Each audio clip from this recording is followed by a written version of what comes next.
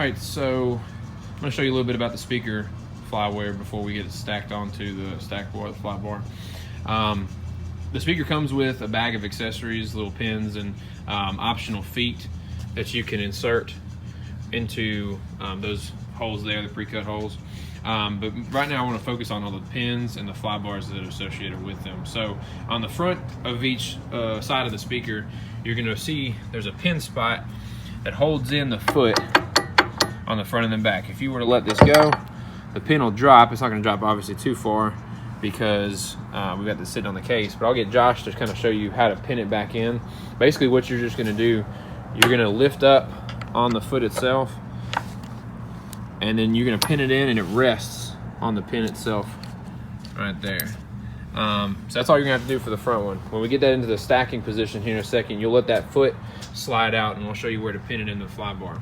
On the back of each side, you'll place the other pin, and what that pin is doing basically is holding back the stacking and the fly bar on the inside of the speaker. So Josh, if you'll go ahead and take that pin out, what we're going to have to do when we have the rain covers on, which we do on most of our RCF speakers, this rain cover is full rubber. It's made of complete rubber, and what you're able to do is when you take this stack bar out, you're going to kind of have to force it around the rain cover, and it's not the easiest thing to get around, but Josh will kind of show you how to work the rain cover to get it up and over. Since it is rubber, it should form back to the position that it's going to be in. As you can see, it is a little bit of a fight to get up and out of there. When you have that there, this pin that comes with the speaker, we eventually pin into the stack bar that I showed you in the fly bar in whichever degree that you choose to do so. And you would do that on both sides. That would get both of your back stack bars, your back fly bars up, as you can see we've already have on the other side, and then you'd be ready to stack the speaker, which we'll get to here in just a second. I wanted to show you guys that with the speaker, kind of let you see how the flyware works on, like I said, just one side here. You'll do the same thing on the other side to make it work, and we'll go ahead and stack the speaker on here in just a second. Alright, so today we're going to show you guys a little bit about the TT31 fly bar. In this video we're going to show you a little bit about how to stack the TT31s to the fly bar. It's a really well built fly bar, very clean looking. We'll show you a little bit more about the flying aspect of the fly bar in a different video. Feel free to check that out if that's what you're looking for. But like I said, we're going to focus on the stacking here. The fly bar itself comes with two of the pins that are used with this fly bar. They're very different from the HDL series pins. Basically, it's the same thought as far as push button to release on the end of the pin, but it's just a different style where it's not necessarily connected to the fly bar itself. We are going to need those here in a second as well. But what you will need to be able to stack these are these two stack bars here that RCF does sell. And so to do those properly, what you're going to basically do, you're going to take out these two pins here that you saw me remove the other side. The foot for the fly part of the fly bar is going to fall, and that's okay. And then what you're going to want to do, these are used in the back of the speaker. Let's see if I can attempt to do this with one hand. But basically, you're going to want to connect it to this hole right here. And what that's going to get you is the most accessibility to all the holes in the back of the speaker, where you can get a really good degree downward or degree upward if you need to. So I'm going to pin these in real quickly and then start the video back, and I'll kind of show you guys what else to do from there.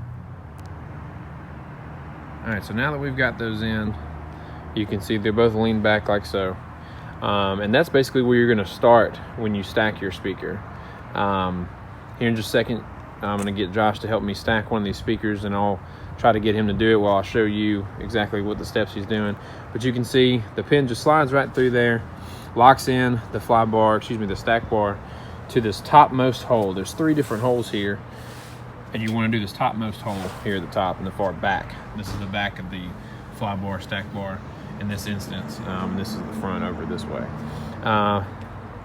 One thing about these pins, these holes that they have drilled out for them are very, very specific to the size of the hole that this pin is, the size there.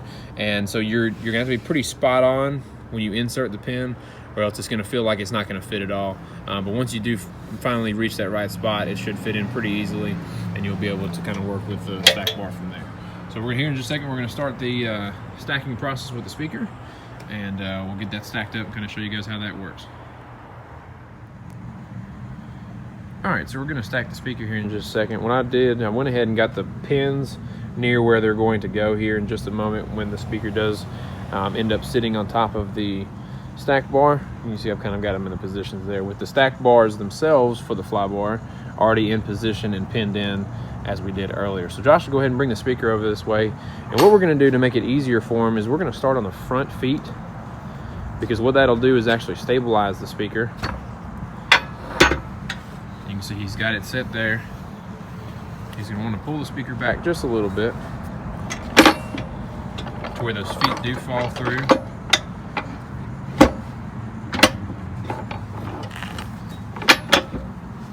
Just a little more. And then there, the sides come in. And we'll do, as he lifts up, what I can do is I can pin this in for you. You're going to want to pin into this top hole right here. And you're going to see in the foot itself, it has a little bit of a gap here, but there is a pin spot right below it. And then the speaker does rest down onto the fly bar as such. Do the same thing over here.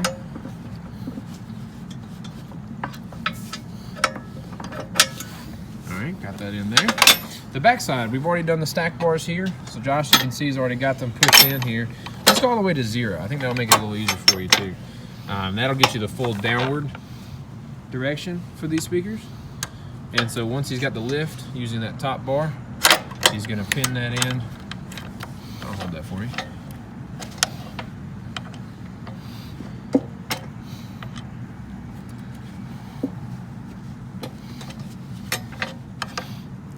There we go.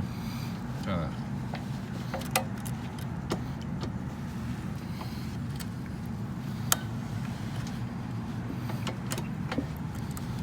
As I explained earlier, the holes for these are pretty tight, so they do have to be just right for them to go in. And we'll do the other side here. And that's got both of the back stack bars in 0 degrees, giving you a pretty nice downward angle to begin your stack bar, your stack array with. And again, that does put a lot of the weight on every 4 corners. You're going to see it is resting on the fly bar ever so slightly, but that is fine because that'll help it stabilize up real nicely on each of the front sides. The fly bar itself has 4 really nice sturdy rubber feet, and I'm going to try to get a decent shot of right there. 1 on each corner, and that'll really help stabilize it as well. I probably wouldn't stack, and they recommend not stacking more than 4 on this stack bar. And that's more for a height concern as well as a weight concern. Once you get into the high curvature, you're not really going to have to worry about a weight thing if you don't do more than 4. If you got any other questions regarding the TT31s, the stack bar, the fly bars, or anything else regarding RCF or any other product, feel free to reach out to us. Give us a call, shoot us an email. You can find us on our website. We're more than happy to help you guys out. Thank you for watching. All right, so today we're going to show you guys the TT31 fly bars in their flying position. As you can see, we've already got 1 speaker flying from the fly bar connected to our Sumner Eventer 25-foot lifts. So I want to kind of walk through exactly how we got to this point and show you guys exactly what you'll need, exactly how you'll need to do it, and so on and so forth. So the first thing you're going to want to do is obviously whichever lift or lifting system you're going to be using, you want to go ahead and get that secured. Here we're using, again, the Sumner 25-foot Eventer lifts, using some Genie lift adapters with a piece of pipe here, as well as an eyelet for the Cheesebro from the light source here, with the proper weight rating to be able to do this. With the fly bar, you're going to need to use a 5/8 shackle. You can see it there with the blue shackle. It has to be a 5/8 shackle, and you're just going to connect the bolt for the shackle right through these holes here. You've got, looks like 9 different holes to be able to choose from and exactly get your angle right. Now, in between the eyelet and this 5/8 shackle, we have a 1/2-inch shackle, and that will work for what we're going to do today, which is going to eventually be to fly 12 of these speakers. If you're going to do more, if you're going to do less, If you think you need more room from eyelet to shackle, you can use another 5/8, or you can use your own size if you need to, depending on the weight rating. Obviously, you'll need to check on that. But that's the simple part of this fly bar. From that point, once you connect your speakers, you're gonna have a few different points. You have a point in each corner. You'll see when you come in, when your fly bar comes in, you're gonna see that you're gonna have a couple of these pins with the fly bar, and where they're gonna be is actually going to be connecting this foot that comes from the fly bar up into these holes here. You're gonna want to obviously let those down, let those 2 feet down like we have here. You're gonna use the pin from the fly bar to lock in the foot from the fly bar. That way it locks into a solid 90-degree position on each side here. And once that's locked in, then you'll take the pin from the speaker that houses its own foot. You're gonna take it and move it up and pin it in to this fly bar foot to lock that in there. So you'll do that on both sides. You'll have the 90-degree position with the pin from the fly bar itself, and then the lock-in pin from the speaker itself. And you'll continue that. The next speaker pin will connect here, and so on and so forth.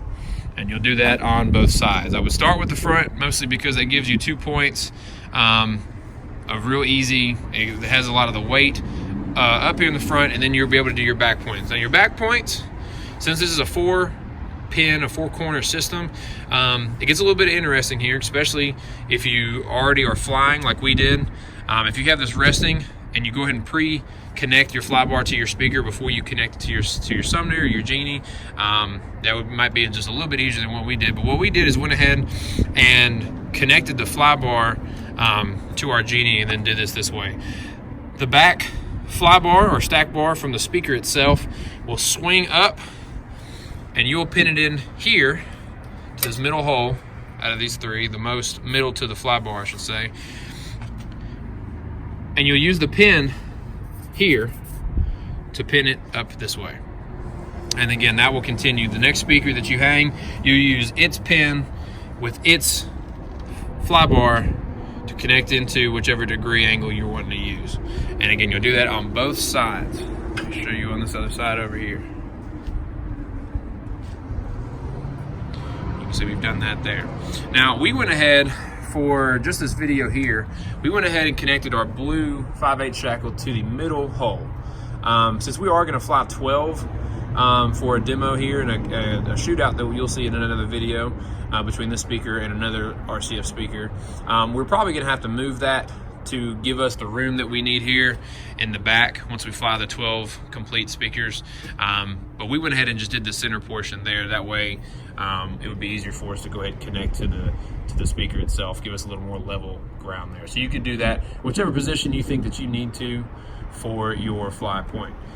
If you have any other questions about the fly bar system or the TT31s, any other RCF gear or speakers that you may be interested in, feel free to give us a call. These RCF speakers are really, really great. We're going to again do a shootout video that you can find on our page, and we'll be able to kind of demonstrate the differences in this speaker and another few speakers, hopefully. But these speakers are awesome. If you have any questions about them, about the fly bar, feel free to reach out to us, give us a call. We appreciate you guys watching our videos.